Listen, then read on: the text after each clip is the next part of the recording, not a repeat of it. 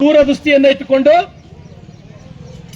ಈ ದೇಶದ ಆದರಣೀಯ ಪ್ರಧಾನಮಂತ್ರಿಗಳು ಪ್ರಧಾನಮಂತ್ರಿ ಜನೌಷಧಿ ಕೇಂದ್ರಗಳನ್ನ ತೆರೆದಿದ್ದು ನಾವ್ಯಾರೂ ಮರೆಯುವಂತಿಲ್ಲ. ಆದರೆ ಈ ದಪ್ಪ ಚರ್ಮದ ಸರ್ಕಾರ, ಭ್ರಷ್ಟ ಕಾಂಗ್ರೆಸ್ ಸರ್ಕಾರ ಸರ್ಕಾರಿ ಆಸ್ಪತ್ರೆಯ ಆವರಣದಲ್ಲಿರ್ತಕ್ಕಂಥ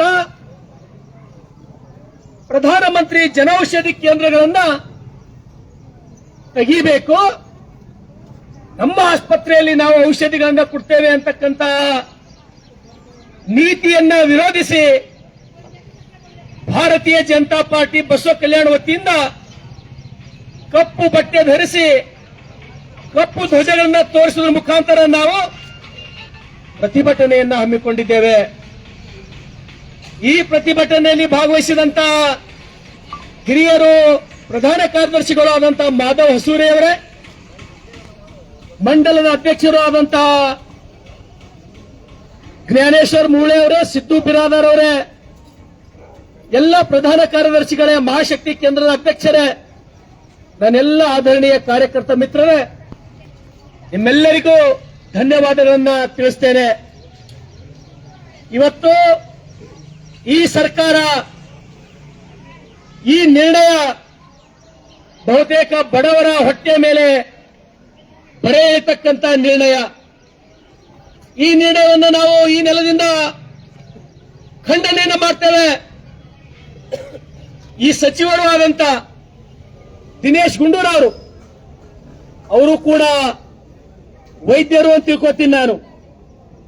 ಒಬ್ಬ ವೈದ್ಯರಾಗಿ ಈ ನಿರ್ಣಯ ನಿಮ್ಮ ಸರ್ಕಾರ ತಗೋತಕ್ಕಂತ ಸಂದರ್ಭದಲ್ಲಿ ನಿಮ್ಗೆ ಅನುಭವ ಇತ್ತು. ತಾವು ಬೇಸಿಕಲಿ ಒಬ್ಬ ವೈದ್ಯರು, ನೀವು ಸಲಹೆಯನ್ನ ಕೊಡಬಹುದಾಗಿತ್ತು. ಪ್ರಧಾನಮಂತ್ರಿಗಳ ಆಲೋಚನೆ, ಅವರ ದೂರದೃಷ್ಟಿಯ ವಿರುದ್ಧ ನಾವು ಹೋಗಬಾರದು ಅಂತ ಹೇಳಿ ತಾವು ಸಲಹೆ ಕೊಟ್ಟು ಇದು ತಡೆ ಹಿಡಿಬಹುದಾಗಿತ್ತು. ತಾವೇನು ಇದಕ್ಕೆ ಬೆಂಬಲವನ್ನ ನೀಡಿದ್ದೀರಿ, ತಾವೇನು ಆದೇಶವನ್ನ ಕೊಟ್ಟಿದ್ದೀರಿ. ಇಡೀ ಜನ, ಈ ರಾಜ್ಯದ 7 ಕೋಟಿ ಜನ ಇದರ ವಿರುದ್ಧ ಇದ್ದಾರೆ, ಇದಕ್ಕೆ ಧಿಕ್ಕಾರ ಆಗ್ತಾ ಇದ್ದಾರೆ. ತಮಗೆ ಗೊತ್ತಿರಲಿ, ಇವತ್ತು ಸರ್ಕಾರಿ ಆಸ್ಪತ್ರೆಗಳಲ್ಲಿ ಔಷಧಿಗಳು ಸುಮಾರು 700 ನಮೂನೆಯಲ್ಲಿ 760 ನಮೂನೆಯಲ್ಲಿ ಔಷಧಿಗಳು ಸಿಗಬೇಕು. ನೀವು ಬರ್ರಿ, ನಾವು ನಿಮ್ ಜೊತೆ ಬರ್ತೇವೆ. ಬಸವ ಕಲ್ಯಾಣ ಆಸ್ಪತ್ರೆ ಅಲ್ಲ, ಮಂಗಳೂರಿನ, ಬೆಂಗಳೂರಿನ, ತುಮಕೂರಿನ, ಮೈಸೂರಿನ ಆಸ್ಪತ್ರೆಗೆ ನಾವು ನಿಮ್ ಜೊತೆ ಬರ್ತೇವೆ. ದಿನೇಶ್ ಗುಂಡೂರಾವ್ ಅವರೇ, ಯಾವ ಆಸ್ಪತ್ರೆಯೊಳಗ 760 ಅಲ್ಲ 500 ಔಷಧಿಗಳು ಸಿಗ್ತಕ್ಕಂಥ ನಮಗೊಂದ್ಸಲ ತೋರಿಸ್ರಿ. ಅದು ನಿಮ್ ಕೈಯಿಂದ ಆಗಿಲ್ಲ.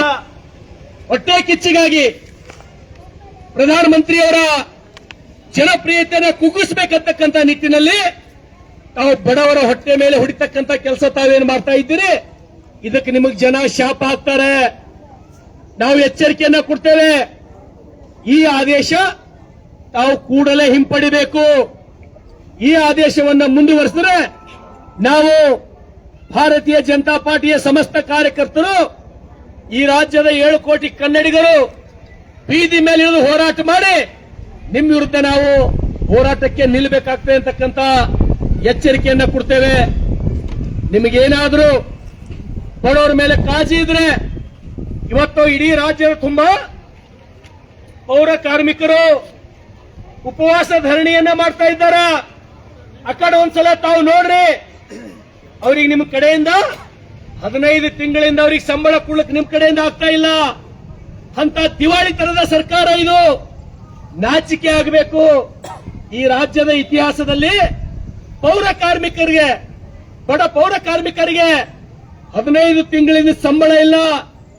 ಇವತ್ತು ನಾನು ಅವರ ಪ್ರತಿಭಟನೆಯಲ್ಲಿ ಹೋಗಿ ನಾನು ಮಾತನಾಡಿದ್ದೇನೆ. ಪೌರಾಡಳಿತ ಸಚಿವರು, ನಮ್ಮ ಜಿಲ್ಲೆಯವರೇ, ರಹೀಂ ಖಾನ್ ಅವರು, ನಮ್ಮ ಜಿಲ್ಲೆಯವರೇ, ನಮ್ಮ ಜಿಲ್ಲೆಯಲ್ಲಿ ಪ್ರತಿಯೊಂದು ಪಟ್ಟಣ ಪಂಚಾಯತ್, ಪುರಸಭೆ, ನಗರಸಭೆ, ಪ್ರತಿಯೊಬ್ಬ ಪೌರ ಕಾರ್ಮಿಕರು ಬೀದಿಗಿಳಿದು ಹೋರಾಟ ಮಾಡ್ತಾ ಇದ್ದಾರೆ ನಿಮ್ಮ ವಿರುದ್ಧದಲ್ಲಿ.